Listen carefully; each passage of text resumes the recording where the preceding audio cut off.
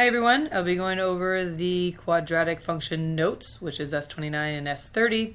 I'm going to go over the vocabulary first and then go back up here to the important parts of a parabola. So down here, quadratic function is a function with the highest degree of 2, meaning x squared, and it graphs a parabola. This right here is read as f of x is equal to ax squared plus bx plus c. We will be using standard form for the most part, which is pretty much y equals ax squared plus bx plus c.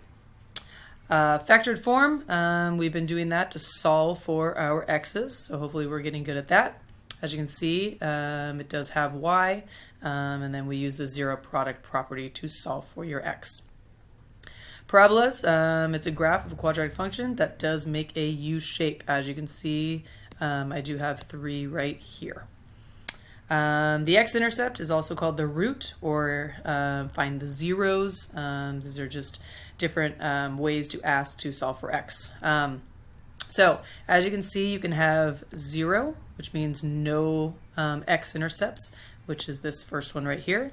You can have 1, which it touches the x-axis right here, or you can have 2, which goes through 2 parts of the x-axis. Next we have the y-intercept, which I'll do in green. It's already highlighted as well. It is the point that crosses the y-axis.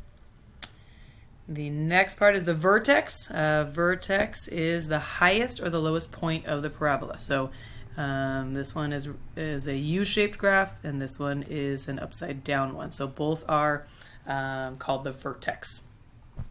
The axis of symmetry is the line of symmetry that divides the parabola into 2 equal halves. So line of symmetry would be something right there, and then this one would be right here.